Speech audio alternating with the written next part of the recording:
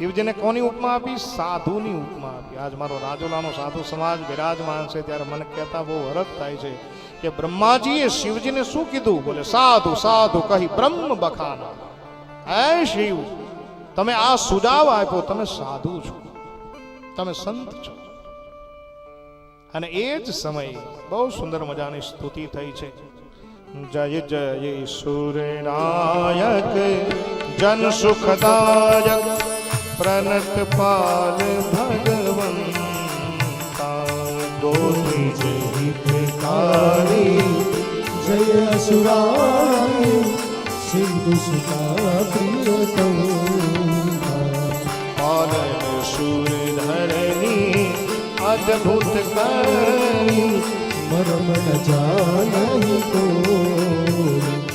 જો સહજ પાવા દીન દયાળા કરહુ સમંગસો ભવ બારિધિ મંદર સબ વિધિ સુંદર ગુણ મંદિર સુખ પુંગા ભુજ શીખ સકલ સુર પરમ ભયાતુ નમકનાથ પદ કંજા નમકનાથ પદ કંજા નમકનાથ પદ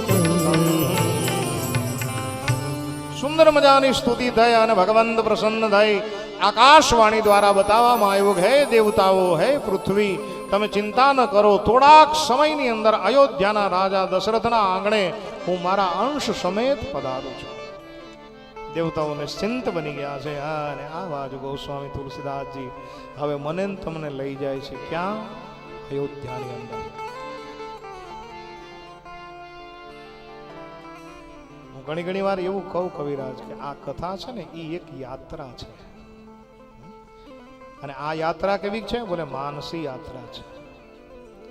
તમારે ક્યાંય શરીરને કષ્ટ નથી આપવાનું, બેસવાનું છે કથામાં, પણ તુલસીજી તમને આમ આમ આખી આમ યાત્રા, જેમ અમારા મોરારી બાપુ અત્યારે યાત્રા કરે છે. હા, રામ યાત્રા. તમે જો એક દિવસ એક ભગવાન રામ જે જગ્યાએ ગયા ને અમારા પૂજ્ય મોરારી બાપુ, એ સ્થાન ઉપર જાય અને રોજના દિવસે કથાનું સ્થળ ફરે.